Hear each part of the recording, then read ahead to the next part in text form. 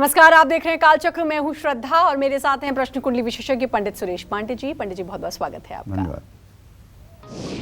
आपका कल कैसा था? आपका आज कैसा है? और आने वाला कल कैसा होगा? जानना है तो जरूर देखें कालचक्र। जी हाँ, आज ही अपनी कुंडली पर जरूर गौर करें। आपकी कुंडली के पहले भाव में अलग अलग ग्रहों का स्थित होना आपके बीते हुए कल, आज और आने वाले कल के बारे में बहुत कुछ बयां करता है। कुंडली का पहला भाव आपके जीवन, आपके व्यक्तित्व, आपके फ्यूचर पर क्या प्रभाव डालता है, यही बताएंगे आज आपको प्रश्न कुंडली विशेषज्ञ पंडित सुरेश पांडे जी कालचक्र में। तो चलिए अपनी चर्चा को शुरू करते हुए बात करते हैं पहले भाव की। पहले भाव को हमारे ज्योतिष में सबसे खास क्यों माना गया है? इसका संबंध किस ग्रह से है और ये हमारे जीवन पर क्या प्रभाव डालता है? आइए जानते हैं। बताइए पंडित जी, कुंडली के पहले भाव के बारे में।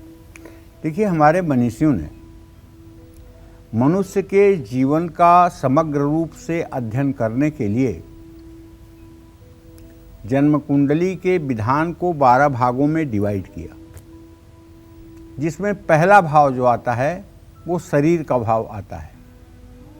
दूसरा भाव जो आता है उससे धन, कुटुंब, परिवार, खान पान, बातचीत का तरीका, चेहरे की आकृति, इसके बारे में विचार किया जाता है। तीसरे भाव से भाई बहन के बारे में, पराक्रम के बारे में, नौकरी के बारे में विचार किया जाता है।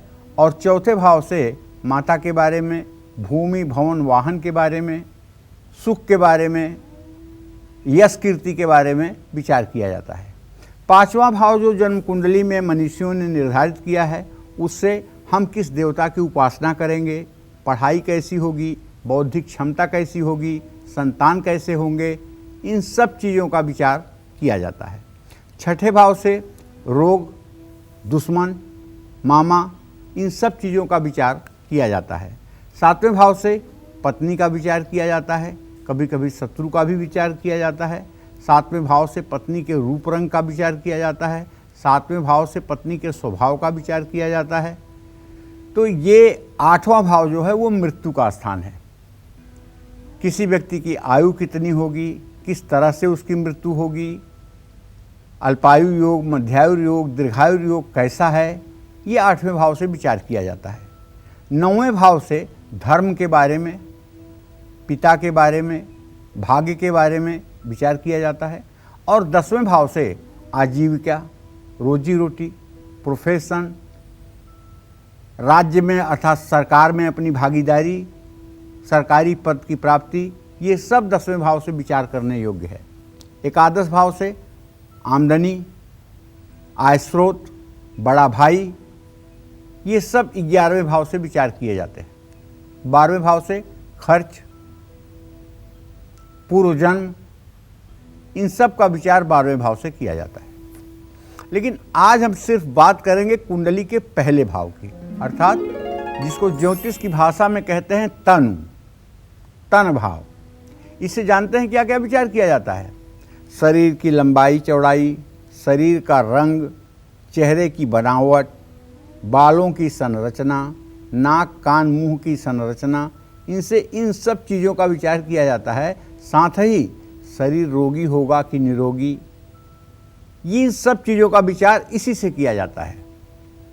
तो ज्योतिष में तन नाम से लग्न भाव को पुकारा जाता है। कुंडली के, जन्म कुंडली के पहले भाव में जहाँ लग्न लिखा हुआ है, अंग्रेजी में लिखा होगा तो ASC लिखा होगा और हिंदी में लिखा होगा तो लग्न लिखा होगा, ठीक है। वहाँ पहले भाव लग्न का स्वामी ग्रह मंगल और राशि मेष है। कुंडली के पहले भाव का संबंध हमारे शारीरिक बल, स्वास्थ्य, रोग प्रतिरोधक क्षमता, रूप, मस्तिष्क, स्वभाव, आयु, आत्मविश्वास, सम्मान, प्रसिद्धि, प्रतिष्ठा, तेज, आकृति, प्रकृति, आत्मा और यश को दर्शाता है। कुंडली में लग्न या लग्नेश के मजबूत होने से ये सभी पहलू भी मजबूत हो जाते हैं, ये सत्य है। कुंडली का पहला भाव हमारी आंतरिक और बाहरी छवि को नियंत्रित करता है। ये वो भाव है जिससे व्यक्तित्व के बारे में काफ़ी कुछ पता चलता है। कुंडली का पहला भाव हमारी काया, सामान्य व्यक्तित्व, लक्षण, स्वास्थ्य, हमारे बचपन के बारे में भी काफ़ी कुछ बताता है। कुंडली का पहला भाव कुंडली के अन्य भावों को भी प्रभावित करता है। कुंडली के सभी भावों में से सबसे महत्वपूर्ण स्थान लग्न का ही है, क्योंकि तुलसी धर्मधाम शरीर से। अगर शरीर ही नहीं रहेगा, जीवन ही नहीं रहेगा, तो फिर धन, वैभव, यश, कीर्ति, प्रतिष्ठा, वाहन किस काम का।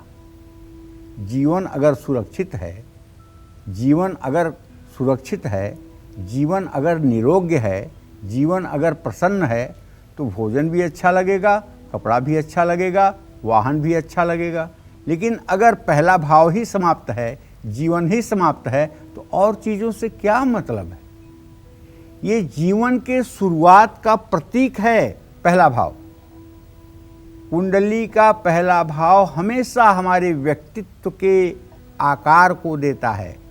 कुंडली का लग्न अर्थात पहला भाव आगामी दुर्घटनाओं और दुर्भाग्य के बारे में भी संकेत करता है। पहले भाव से किसी भी व्यक्ति के मान, सम्मान, शोहरत, माँ से विरासत में मिली संपत्ति, लंबी यात्राओं के बारे में भी आप पता लगा सकते हैं। कुंडली के पहले भाव की गतिविधियां वर्तमान की घटनाओं और हमारी श्वासों और पाचन क्रिया से जुड़ी हुई है।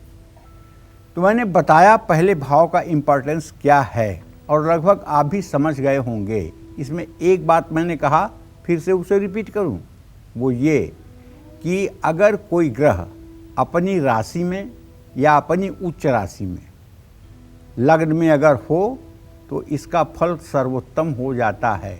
लेकिन वहीं अगर ग्रह शत्रु राशि में या नीच राशि में हो, तो शरीर की स्थिति डामाडोल हो जाती है। ये दिमाग में बैठा के रखिए। अगर दो चीज़ें आपको दिमाग में बैठ गई, तो आपको ज्योतिष समझने में बहुत आसानी होगी। जय मां विंध्यवासिनी। तो लग्न के बारे में हम जान रहे हैं, और लग्न यानी कि पहला भाव, और अगर वहां पर सूर्य विराजमान हो तो क्या स्थिति होगी, तब आपका जीवन कैसा रहेगा, ये तमाम जानकारी हम पंडित जी से जरूर लेंगे। लेकिन रिया हमारे साथ जुड़ चुकी है मुरादाबाद से। रिया, बहुत बहुत स्वागत है, बात करिए पंडित जी से। पंडित जी नमस्ते। हाँ, सुखी रहो बेटा। पंडित जी, मेरी डेट ऑफ बर्थ है 17 दिसंबर 1995। जी। पंडित जी, मुझे ये पता करना है कि मेरा शादी के बाद का जीवन कैसा रहेगा, और मेरे जीवन साथी कैसे होंगे, उनके साथ मेरा तालमेल कैसा रहेगा, और ससुराल कैसी होगी। देखो बेटा, जो प्रश्न आपने किया है, मंगल और शुक्र की युति बनी हुई है। वैवाहिक जीवन आपका अत्यंत सुखमय रहेगा। मुझे लगता है कि किसी परिचित लड़के से ही आपका विवाह होगा, और वैवाहिक जीवन में आपके अत्यंत प्रेम होगा। वैवाहिक जीवन आपका सुखमय होगा, इसमें कोई दो राय नहीं है। और आप रानी महारानी बन कर के ऐश करेंगी। आपका सचमुच में वैवाहिक जीवन बहुत ही अच्छा है, और बहुत निकट भविष्य में आपके विवाह होने की संभावना बनी हुई है। अब इसमें विलंब की भी स्थिति नहीं दिखाई दे रही है।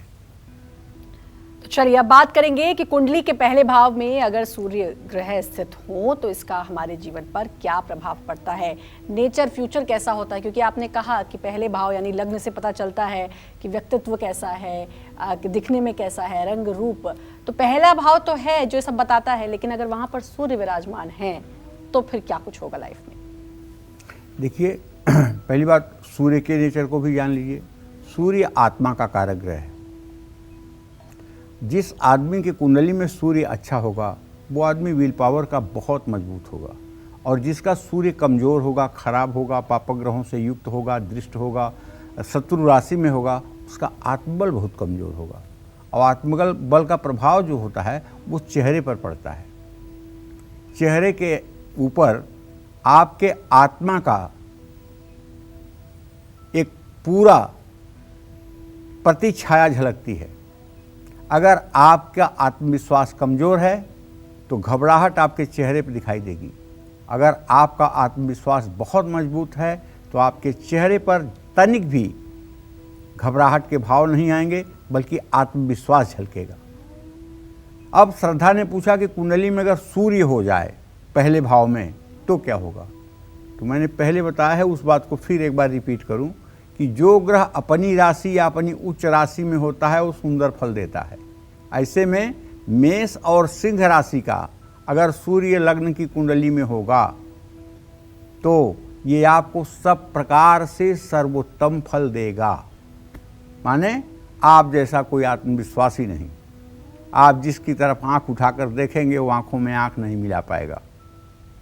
आपके चेहरे की आभा 10 लोगों को अपनी तरफ आकर्षित कर लेगी। लेकिन वहीं पर कुंडली के पहले भाव में कौन सा ग्रह हो तो ये मैं बता रहा हूँ आपको। तो जैसे सूर्य के बारे में मैं बता रहा हूँ आपको, सूर्य अगर मेष राशि और सिंह राशि का होगा तो कमाल हो जाएगा। ठीक है, लग्न स्थान के सूर्य की कुंडली के पहले भाव में होने से। लेकिन अगर सूर्य मेष और सिंह राशि में है तो मजबूत होगा व्यक्ति, जीवन शक्ति और अच्छे स्वास्थ्य के साथ साथ आत्मविश्वास भी प्राप्त करेगा। ऐसे व्यक्ति में नेतृत्व की क्षमता होगी, बड़ा राजनीतिज्ञ हो सकता है, स्वतंत्र रूप से कार्य करना पसंद कर सकता है। हालांकि पहले भाव में सूर्य, अगर सूर्य मेष और सिंह का ना हो तो व्यक्ति को अहंकारी भी बना सकता है। जिन लोगों की कुंडली में पहले भाव में सूर्य है वो हर संघर्ष से निपटने के लिए तैयार रहते हैं, लेकिन अच्छा सूर्य होना चाहिए। मेष और सिंह का पहले भाव में शुभ सूर्य व्यक्ति को बचपन से ही स्वतंत्र विचारों का बनाता है और सुदृढ़ व्यक्ति बनाता है। अगर मेष और सिंह का सूर्य होगा तो ऐसे आदमी को कोई नेतृत्व नहीं कर पाएगा, बल्कि ऐसा व्यक्ति खुद नेतृत्व करने वाला होगा। ऐसा व्यक्ति किसी के अंडर में काम नहीं कर सकता। ऐसा व्यक्ति अगर किसी के अंडर में काम करने के लिए कह दिया जाए तो सफोकेशन महसूस करता है, उसकी सांस उगने लगती है। देखिए, सूर्य वैसे धर्म का भी कारक है। ऐसे में पहले भाव में सूर्य शुभ हो तो व्यक्ति धार्मिक स्वभाव का होता है। लेकिन सूर्य अगर लग्न में नीच राशि का हो, शत्रु राशि का हो, पाप राशि का हो तो ऐसा व्यक्ति ईर्ष्यालु स्वभाव का होता है। सर के ऊपर रोग होता है, आत्मा कमज़ोर होती है, बाल बचपन में ही पकने लगते हैं, आँखों में दिक्कत आती है और ऐसा व्यक्ति आलसी भी होता है और प्रायः बीमार रहता है। सूर्य अगर पापक ग्रहों के स्थान में लग्न में हो तो ऐसा व्यक्ति बीमार रहता है, ये बात बड़ी सच है। और उसके हड्डी पर कभी मांस नहीं चढ़ती है, हर समय उसके शरीर की हड्डियां दिखती रहती हैं और बड़ा दुबला पतला होता है। तो कहने का मतलब यह है कि सूर्य अगर 1 नंबर और 5 नंबर जहां आपके कुंडली में लग्न में लिखा हुआ है उसमें है तब तो एकदम जय जयकार है। और अगर दूसरे किसी नंबर में है, 10 नंबर में है, 11 नंबर में है या 7 नंबर में है, 2 नंबर में है तो जरूर स्वास्थ्य के लिए हानिकारक है। और हाँ, लग्न का बैठा हुआ ग्रह आपके पत्नी भाव को भी प्रभावित करता है। तो सूर्य अगर शुभ दृष्टि देगा तो पत्नी सुंदर और राजघराने की होगी, लेकिन सूर्य यदि नीच राशि का पापक ग्रहों से दृष्टियुक्त होगा तो पत्नी रोगिणी होगी या एक से अधिक विवाह भी हो सकते हैं। तो ये कुंडली का पहला भाव देख करके जाना जा सकता है। जय मां विंध्यवासिनी। तो बात सूर्य की तो हो गई, कुंडली के पहले भाव में अगर सूर्य हो तो क्या होता है। अब बात करेंगे चंद्र की। अगर कुंडली के पहले भाव में चंद्रमा है तो ऐसा व्यक्ति किस पर्सनालिटी का होता है, साथ ही ऐसे व्यक्ति में कौन कौन सी खूबियां या खामियां होती हैं, ये जानेंगे पंडित जी से। बात सूर्य की हो गई, अब बात चंद्रमा की भी करते हैं। देखिए, सब कुछ होगा लेकिन ज्योतिष में सिद्धांत नहीं बदलेगा। सिद्धांत वही रहेगा कि अपनी राशि का हो या उच्च राशि का हो तो सुपर। अगर अपनी राशि अपनी नीच राशि का है या शत्रु राशि का है तो सब कुछ खराब। चंद्रमा सिर्फ और सिर्फ लग्न में वृषभ राशि और कर्क राशि का अच्छा माना जाता है। वृषभ राशि और कर्क राशि का चंद्रमा सिर्फ और सिर्फ अच्छा माना जाता है। ठीक है, कुंडली के पहले भाव में चंद्रमा यदि वृषभ राशि का या कर्क राशि का हो तो ऐसा व्यक्ति आकर्षक, सुंदर, धनी, इमोशनल और बहुत नाजुक होता है। ऐसे लोगों की समाज में मान सम्मान बहुत प्राप्त होता है। चंद्रमा आपको खुशमिजाज रखता है, मिलनसार बनाता है। लेकिन अगर यही चंद्रमा निर्बल हो गया, नीच राशि में हो गया, शत्रु राशि में हो गया, पापक ग्रहों से पीड़ित हो गया तो आत्मविश्वास और मन को आत्मविश्वास की कमी होगी और मन हर समय बेचैन रहेगा। चंद्रमा अगर कमजोर हो तो ऐसा व्यक्ति डरपोक, दुर्बल, निर्बल होगा। चंद्रमा लग्न में अगर अकेला हो, कमजोर हो, तो व्यक्ति का स्वास्थ्य हर समय प्रभावित होता है। ऐसा आदमी एलर्जी के रोग से, एनीमिया के रोग से, खून की कमी के रोग से हर समय जूझता रहता है। और ख़ास करके अगर पापक ग्रहों में केतु शनि का प्रभाव हो जाए तो ऐसा व्यक्ति मानसिक रोगी भी होता है। ऐसे लोगों को पानी से बड़ा डर लगता है, जिनका चंद्रमा खराब हो। ऐसे लोगों की गलत संगत में रहने की आशंका ज़्यादा हो जाती है। ऐसे लोग अपना हित और अहित नहीं पहचान पाते हैं। ऐसे लोग दूसरों के साथ आसानी से संबंध नहीं बना पाते हैं। लोगों से रिश्ते जोड़ने में, अपनी बात समझाने में आपको समय लगता है। तो कहने का आशय ये है, यदि वृषभ का चंद्रमा होगा और कर्क का चंद्रमा होगा तो फिर आपका क्या पूछना है। लेकिन इन दो राशियों को छोड़ करके अगर अपने मित्र राशि का चंद्रमा होगा तब भी कुछ सौम्य है। जैसे सूर्य के घर का हो, मंगल के घर का हो, बृहस्पति के घर का हो, तब भी कुछ ठीक है। लेकिन शनि के घर का हो, शुक्र के घर का हो, बुध के घर का चंद्रमा हो, तब तो ये बहुत ही अनिष्टकारक स्थिति बनती है। इसलिए अगर आप अपने लग्न के चंद्रमा को देख रहे हैं तो इन विषयों पर अगर आप ध्यान देंगे तो आपकी जीवन शैली और आपकी जिंदगी एकदम आईने में साफ साफ आपको दिखाई देगी। जय मां विंध्यवासिनी। अपनी चर्चा को आगे बढ़ाते हुए अब बात करेंगे बृहस्पति ग्रह की। कुंडली में पहले भाव यानी कि लग्न भाव में अगर बृहस्पति ग्रह हो तो व्यक्ति का नेचर कैसा होता है, ऐसा व्यक्ति कौन सी खूबियां और खामियां ऐसे व्यक्ति में होती हैं जो इनके आने वाले कल पर अपना असर दिखाती हैं। आइए जानते हैं पंडित जी से। बताइए पंडित जी। देखिए, ऐसा नहीं है कि बृहस्पति की चर्चा कर रहा हूं तो मंगल और बुध को छोड़ दूंगा। आप ये मत सोचिएगा कि तो बृहस्पति की चर्चा करने लगे और मंगल बुध को छोड़ दिए। बृहस्पति की चर्चा इसलिए कर रहा हूं कि एक बृहस्पति इकलौता ऐसा ग्रह है जिसके बारे में हमें बचपन में जब ज्योतिष की शुरुआत किए थे तभी पढ़ाया जाता था, यस्य केंद्रे बृहस्पति किम कुर्वन्ति अन्य ग्रह। जिसके केंद्र में बृहस्पति हो उसका दूसरा ग्रह क्या बिगाड़ेगा। माने 8 ग्रह अगर खराब भी हों और बृहस्पति अकेला अगर बहुत मजबूत और केंद्र में हो तो वो जिंदगी को संवार देता है। और ये अभी तक 50 साल के अपने अनुभव में यही देख रहा हूँ कि सचमुच में कुंडली के सारे ग्रह आड़े टेढ़े हो कोई बात नहीं, लेकिन अगर बृहस्पति मजबूत होकर के केंद्र में है तो सब कुछ भजन बना देता है। शरीर भी अच्छा रहता है, धन धान्य भी रहता है, सम्मान भी रहता है, परिवार भी रहता है, धर्म भी रहता है, सब कुछ अच्छा हो जाता है। लेकिन अकेला बृहस्पति अगर निर्बल, दुर्बल और पाप पीड़ित हो जाए, सब कुछ अच्छा होते हुए भी जीवन सुख से वंचित हो जाता है। इसलिए बृहस्पति को थोड़ा सा मैंने रिजर्वेशन करके आगे ले आया।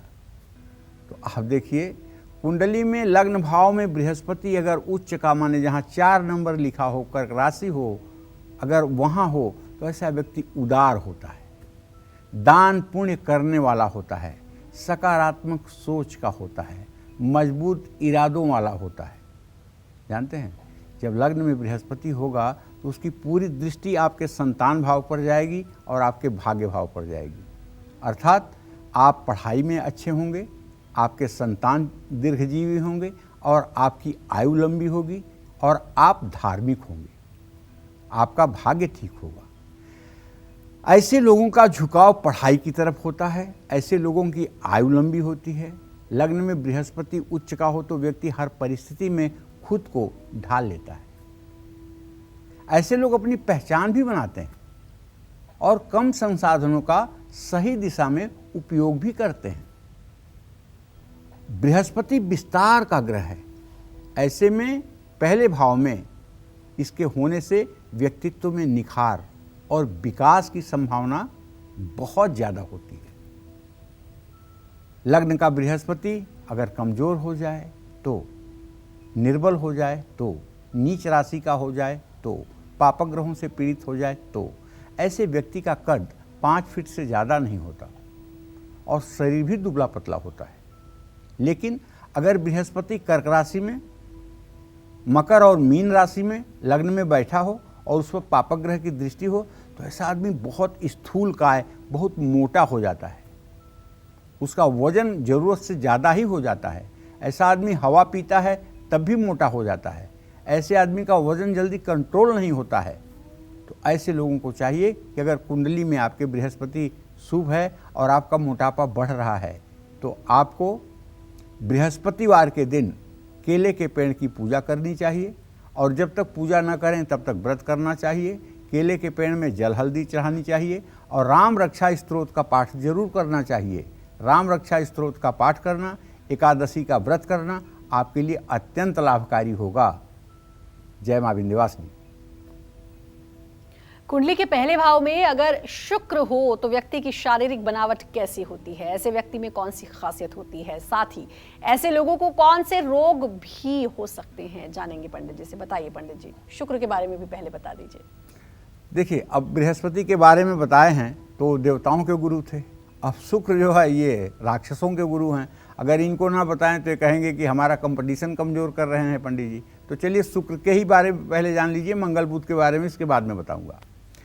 तो जैसे शुक्र के बारे में ये जान लीजिए कि शुक्र जो है दिव्यांगना वाहन वस्तुभूषा चिंता तु कार्या भृगुणा बुधेन्द्र, अर्थात सुंदरता और सुंदरता से प्रेम करने वाला, सुंदर और सुंदरता से प्रेम करने वाला, इसका ग्रह है शुक्र।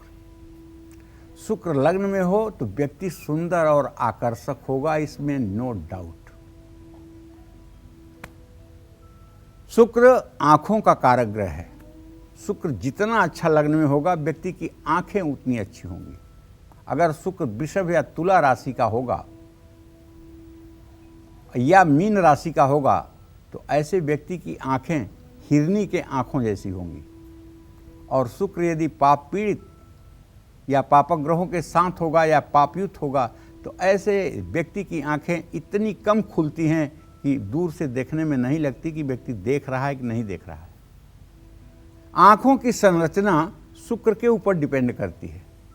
जितनी सुंदर आंखों के स्वामी होंगे लोग, उनके बारे में दो चीज़ें आप जान लीजिए। एक तो कभी उन्हें धन वैभव की कमी नहीं होगी, और दूसरा वो हर समय लोग उनसे मिलने के लिए तरसते रहेंगे। अगर आंखों की संरचना सुंदर, आकर्षक या हिरनी की तरह आंखें हैं तो क्यों? क्योंकि शुक्र मजबूत होगा और शुक्र विलासिता का ग्रह है, शुक्र लोकप्रियता का ग्रह है। तो ऐसे आदमी का नाम बहुत होगा, ऐसे आदमी की पब्लिसिटी बहुत होगी, तो ऐसे व्यक्ति से मिलने के लिए लोग तरसेंगे ना। तो अगर शुक्र लग्न में हो, 12 नंबर लिखा हो जहाँ मीन लग्न हो, या फिर वृषभ लग्न में हो या तुला लग्न में हो, तो व्यक्ति का व्यक्तित्व आकर्षक होता है और ऐसे व्यक्ति के अंदर थोड़ा सा राजसी वृत्ति होती है और बहुत ज़्यादा कामुक होते हैं। काम वासना इनके अंदर कुछ ज़रूरत से ज़्यादा होती है। शुक्र लग्न में हो तो ऐसे व्यक्ति की ओर लोग बहुत जल्दी आकर्षित होते हैं। ये भी एक बात जान लीजिए कि जैसे चुंबक दूसरे चीज़ों को खींचता है अपनी तरफ से, ऐसे बलवान शुक्र वाले व्यक्ति जो लग्न के होते हैं वो लोगों को अपनी तरफ बहुत तेज़ी से आकर्षित करते हैं। ऐसे लोगों से लोग मित्रता करने के लिए, परिचय करने के लिए बेचैन रहते हैं। उच्च का शुक्र लग्न में हो तो कम मेहनत करके भी कई चीज़ें मिल जाती हैं, लेकिन शुक्र की इन सकारात्मक चीज़ों को लालच करने पर आपको नुकसान भी उठाना पड़ सकता है। शुक्र अगर कमज़ोर है, अर्थात कन्या राशि का शुक्र है जहाँ 6 नंबर लिखा हुआ है, तो आपका विचार अस्थिर होगा। शुक्र अगर अस्त है, सूर्यादि ग्रहों के साथ अस्त हो गया है, तो नेत्र रोग होगा। सूर्य और शुक्र की राशि अंश कला विकला अगर बराबर हो तो व्यक्ति जन्म से ही जन्मांध होगा। सूर्य और शुक्र के डिग्री में अगर 3 डिग्री तक का अंतर हो तो बचपन में 5 साल 6 साल की उम्र में ही चश्मा लग जाएगा। शुक्र अगर मंगल से संबंध बनाता हो और पापक ग्रहों से संबंध बनाता हो तो बचपन में ही डायबिटीज हो जाएगी, स्किन से रिलेटेड रोग हो जाएगा, गुप्त रोग हो जाएगा और सूर्य के साथ शुक्र अगर हो और शुक्र अस्त हो तो ऐसा पुरुष स्पर्म काउंट उसके मतलब कि उसके वीर्य में जीव नहीं होगा, और अगर स्त्री हो तो उसके अंडे ठीक से निर्माण नहीं होंगे। अर्थात जननांग संबंधी दोष शुक्र ही देता है। तो इन बातों को ध्यान में दे करके अगर बहुआयामी दृष्टिकोण से अध्ययन किया जाए तो व्यक्ति के बारे में एक ग्रह ही बहुत कुछ बोल सकता है। जय मां विंध्यवासिनी। और चलिए अब बात मंगल ग्रह की होगी। अगर आपके पहले भाव में मंगल ग्रह स्थित है तो इसका हमारे आज और आने वाले कल पर क्या प्रभाव पड़ता है, बताइए पंडित जी। बारी आ गई मंगल की। हाँ, तो देखिए मैं खुश भी हुआ, कम से कम मंगल के साथ न्याय हो रहा है। तो देखिए कुंडली के पहले भाव में मंगल अगर हो और वहाँ नंबर लिखा हो 1 या 8, मेष या वृश्चिक लग्न हो या मकर लग्न हो, तो ऐसे व्यक्ति के शरीर में ऊर्जा, क्षमता, उग्रता दोनों भरपूर मात्रा में होती है। ऐसे लोग अच्छे कदकाठी के, निरोगी, कंधा इनका मजबूत होता है और ऐसे लोग प्रतिष्ठित होते हैं। ऐसे लोग तेजी से काम करते हैं, लेकिन आपको धीरे धीरे चलने और धैर्य से काम लेने की जरूरत होती है। क्रोधो पराक्रमो भौमः, क्रोध और पराक्रम का कारक ग्रह जो है मंगल है, और मंगल जब लग्न में होता है तो तुरंत व्यक्ति मंगली हो जाता है। ऐसे व्यक्ति का विवाह मंगल प्रभावित लोगों से ही करना चाहिए, नहीं तो लग्ने बेच पाताले जामित्र चाष्टमे कुजौ भर्ता पत्नी विनाशाय पत्नी भर्ता विनाशकृत। अगर मंगला लड़का लड़की हो और मंगली लड़का लड़की ना हो और उसका विवाह कर दिया जाए तो ये अच्छा नहीं रहता है। मंगल साहस का ग्रह है, पराक्रम का ग्रह है, ऊर्जा का ग्रह है, तो ऐसे लोग साहसी होते हैं, लेकिन अगर किसी पापग्रह के साथ हो जाए तो दुस्साहसी भी होते हैं।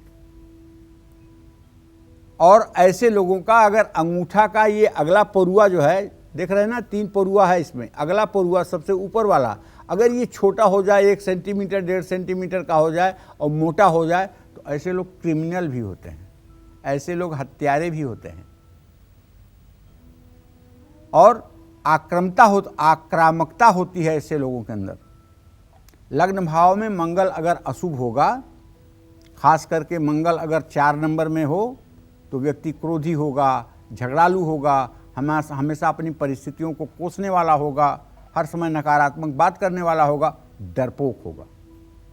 लग्न में मंगल अशुभ अगर है तो दांत के लिए, पेट के लिए, डायबिटीज रोग के लिए, ये सब रक्तचाप के लिए ये तकलीफ देह है।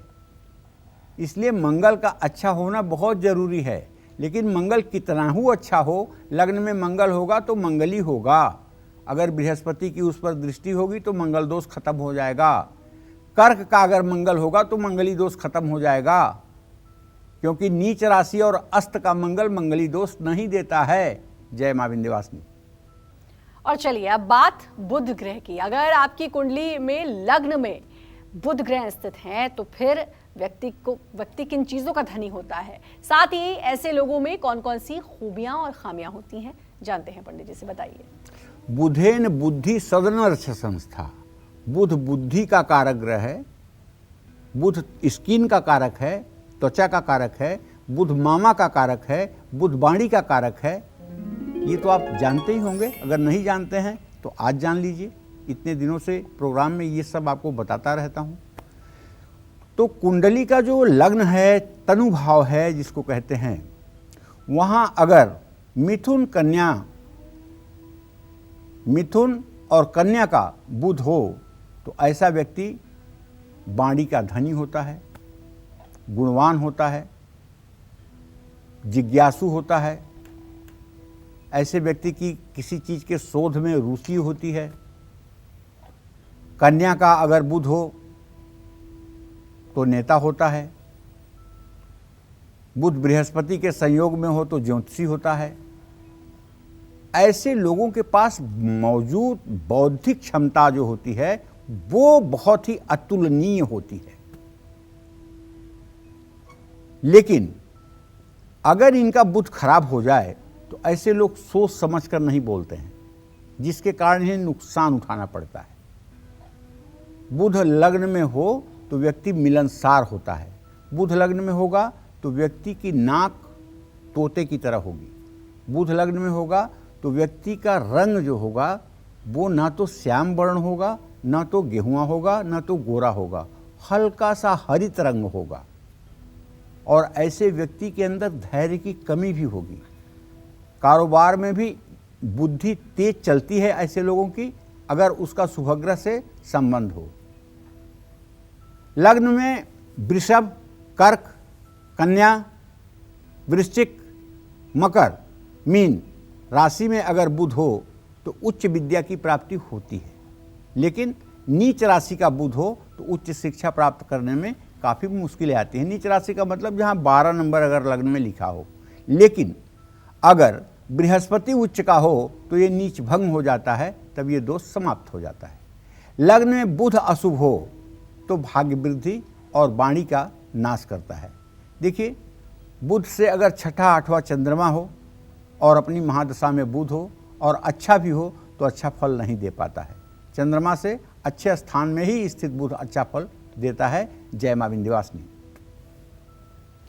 और कुंडली में लग्न भाव में अगर शनि ग्रह है तो व्यक्ति की शारीरिक बनावट कैसी होगी, साथ ही ऐसे लोग किस नेचर के होते हैं, आइए जानते हैं। बताइए पंडित जी।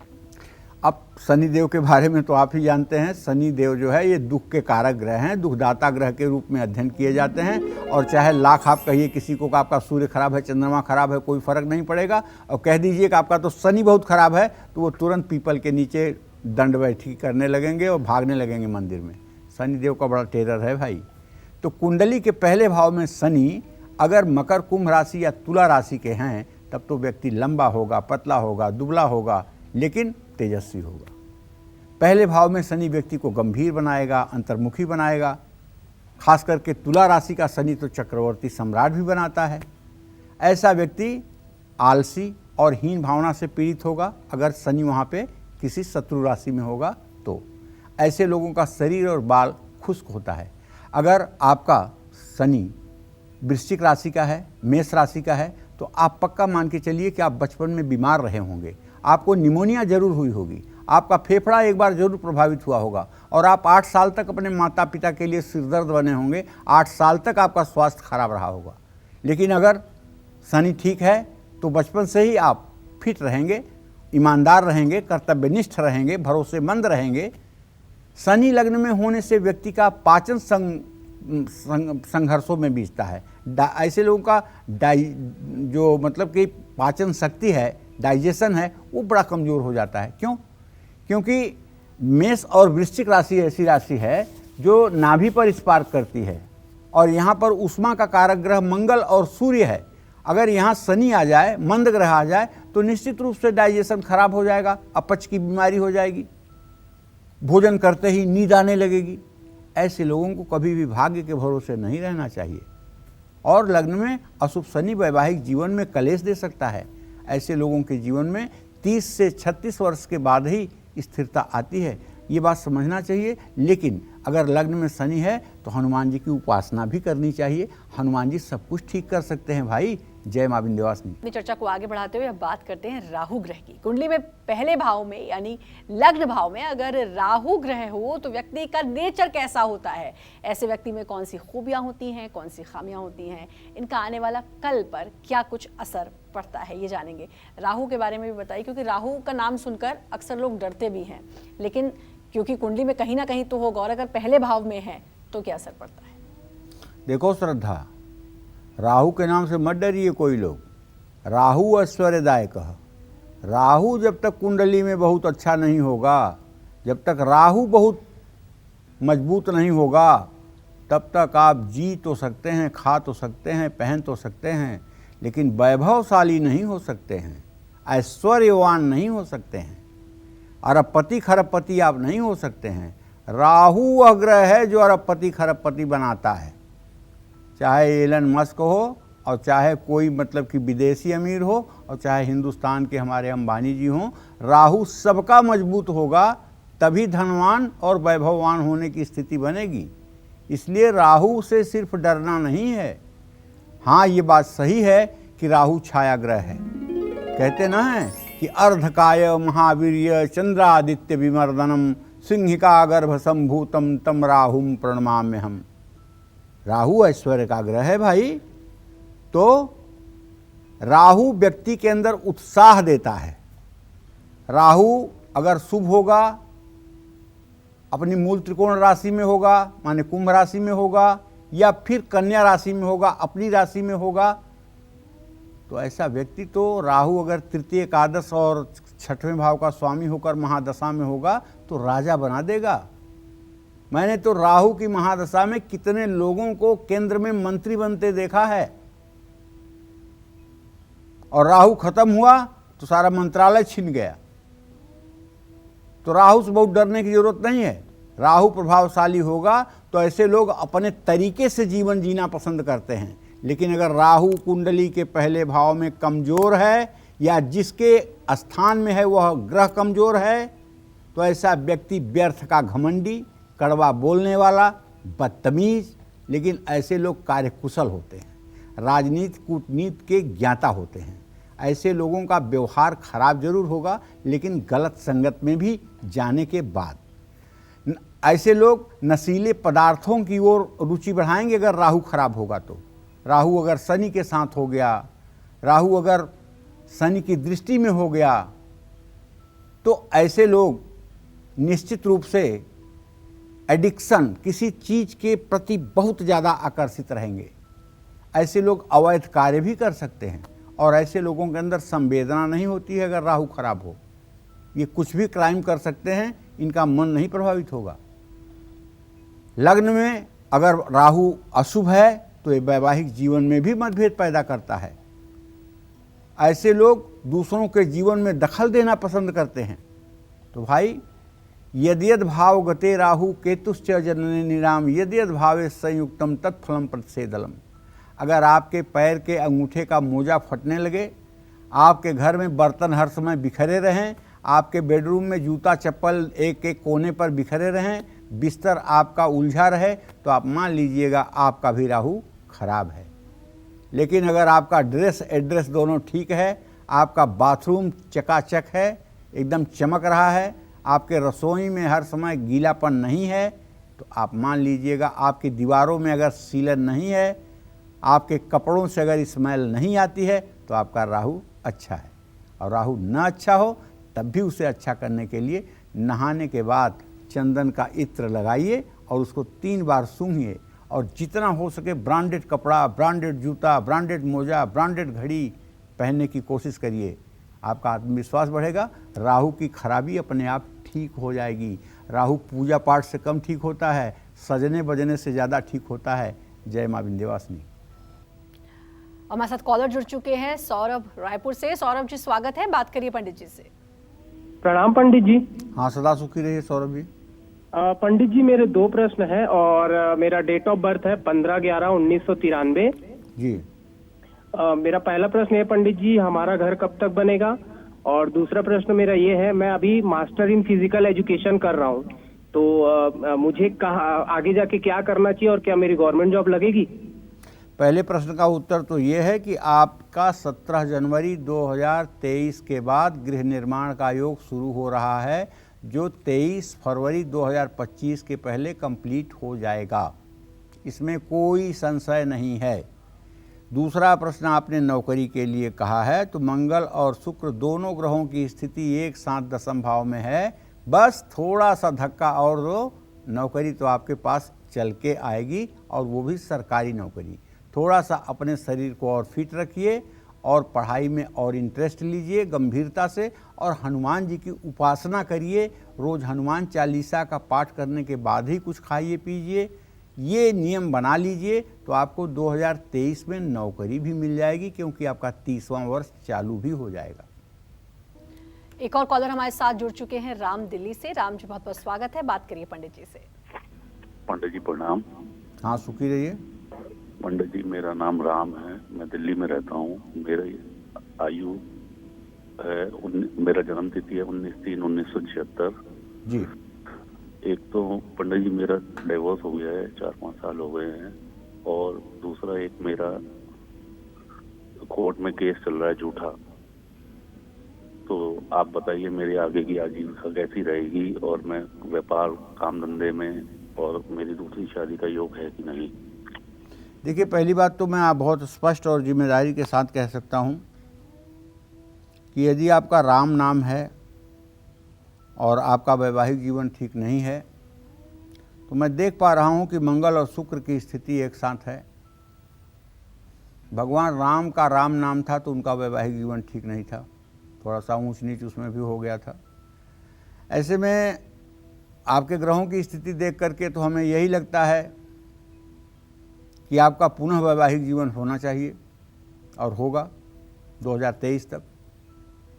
जहाँ तक कोर्ट कचहरी के मुकदमों का प्रश्न है, देर भले लगे, न्याय आपके पक्ष में होगा, सफलता आपको मिलेगी। काम धंधे में सफलता का जहाँ तक प्रश्न है, तो आप अपने पराक्रम को एक रूप रख करके और परिश्रम करने का प्रयास करिए। निश्चित रूप से आजीविका के क्षेत्र में भी आपको सफलता मिलेगी। आपको करना ये चाहिए कि आपको रोज़ राम रक्षा स्तोत्र का पाठ करना चाहिए, और मंगलवार के दिन गेहूं और गुड़, 5 किलो गेहूं 1 किलो गुड़ किसी धर्म स्थान में आपको दान करना चाहिए। ये 5 मंगलवार करना चाहिए। इससे आपके वैवाहिक जीवन में अस्थायित्व की स्थिति बनेगी और मुकदमे में जीत तो आपकी वैसे भी हो जाएगी। उसके लिए कोई बहुत परिश्रम करने की ज़रूरत नहीं है, लेकिन राम रक्षा स्तोत्र पढ़ेंगे तो इससे आपके मानसिक शांति भी आपको प्राप्त होगी। कुंडली के पहले भाव में केतु ग्रह स्थित हो तो व्यक्ति का नेचर और फ्यूचर कैसा होता है, आइए जानते हैं पंडित जी से। बताइए पंडित जी। केतु लग्न में होता है तो ज्योतिष कहता है मानसिक व्रणी। ऐसा केतु लग्न में होना शुभ नहीं माना जाता है। ऐसा व्यक्ति शक करने वाला, चिंता में रहने वाला और भ्रम से पीड़ित रहता है। लग्न में केतु होने से व्यक्ति पर एक नकारात्मक इम्पैक्ट जो पड़ता है, उससे व्यक्ति की महत्वाकांक्षा समाप्त हो जाती है। ऐसे लोगों के चेहरे पर आसानी से हंसी नहीं आती है। लग्न में केतु आत्मविश्वास की कमी देता है। कुंडली में लग्न भाव यानी पहले भाव में केतु होने पर व्यक्ति खुद के सकारात्मक और नकारात्मक पहलुओं को भली भांति जानता है। ऐसे लोगों का व्यक्तित्व रहस्यमयी हो सकता है। लोगों को आपको समझने में काफ़ी मुश्किलें आ सकती हैं, लेकिन लोग आपको समझने और जानने में भी रुचि रखेंगे। लग्न में केतु अशुभ होने पर स्वास्थ्य प्रभावित कर सकता है। ऐसे लोगों की सहन शक्ति भी प्रभावित हो सकती है। लेकिन एक बात केतु के फलादेश में ध्यान देना चाहिए, यद यद भाव गते राहु केतुश्च जनने नृणाम तत्तद भावे संयुक्तम यद फलम प्रतिषेदलम। केतु जिस राशि के स्थान में हो, उस राशि के स्वामी का बल देखिए। अगर उस राशि का स्वामी बलवान होकर के कहीं स्थित है तो केतु अच्छा फल करेगा। लेकिन अगर उस राशि का स्वामी निर्बल दुर्बल हो गया है, अस्त और पाप पीड़ित हो गया है, तब केतु कहर ढाएगा। केतु ही वह ग्रह है जो नर्वस सिस्टम को प्रभावित करता है और मस्तिष्क में रोग होना, किसी प्रकार का ब्रेन हेमरेज होना, किसी प्रकार की क्लॉटिंग आनी, दिमाग का ऑपरेशन होना, ये सब केतु करता है। और ख़ास करके ये केतु की दशा में होता है। अगर केतु अशुभ है तो बिना केतु के मानसिक व्रणी नहीं हो सकता व्यक्ति। ये केतु अगर छठे भाव के स्वामी से संबंध करता है, लग्नेश से संबंध करता है, तो अपस्मार, मिर्गी जैसा रोग भी ये केतु देता है। जिन लोगों को मिर्गी आती है, जिनके दाहिने तरफ यहाँ पीछे स्वेलिंग आ जाती है और फिट्स आ जाती है, ये केतु उसका भी कारण है। केतु के अगर उपाय किए जाएं तो उसमें भी लाभ मिलता है। तो हमारे कहने का आशय ये है कि केतु वैसे लग्न का अच्छा होता ही नहीं है, लेकिन अगर लग्नेश बहुत अच्छी स्थिति में हो, बहुत मजबूत स्थिति में हो, तो केतु का बुरा प्रभाव भी नहीं होता है। जय मां विंध्यवासिनी। और एक और कॉलर हमारे साथ जुड़ चुकी हैं, अनामिका हमारे साथ सूरत से जुड़ चुकी है। अनामिका जी स्वागत है, बात करिए पंडित जी से। हेलो पंडित जी। खुश रहो प्रणाम बेटा। पंडित जी। खुश रहो। मैं अपने लड़का और हस्बैंड के बारे में पूछना चाहती हूँ पंडित जी। जी लड़का का जन्म है 4/12/2012 का जी और हस्बैंड का जन्म है 18/10/1983 का। जी। देखो ऐसा है, तुम्हारे बेटे की तो थोड़ी सी स्वास्थ्य की स्थिति कम ठीक रहती है, इसको शीत जल्दी जल्दी लगती है, बुखार जल्दी जल्दी होता है, लेकिन अभी तो 10 साल का है, तो अभी कोई चिंता करने की बात नहीं है, पढ़ाई लिखाई में मध्यम रहेगा। और जहाँ तक आपने अपने पति के बारे में प्रश्न पूछा है तो उनसे कहिए कि हनुमान जी की उपासना करें, धीरे धीरे सब कुछ ठीक हो जाएगा। अच्छी जानकारी पंडित जी आपने दी और बताया कि लग्न का क्या महत्व और लग्न में जो ग्रह स्थित है उनका क्या महत्व है हमारे जीवन में। आपने अपना समय दिया उसके लिए आपका बहुत बहुत धन्यवाद और उम्मीद करते हैं आज का विषय भी बहुत पसंद आया होगा। कल फिर एक नए विषय और आपकी परेशानियों को दूर करने के लिए ढेर उपाय लेकर हम आएंगे पंडित सुरेश पांडे जी के साथ। तब तक कालचक्र की पूरी टीम को दीजिए इजाजत।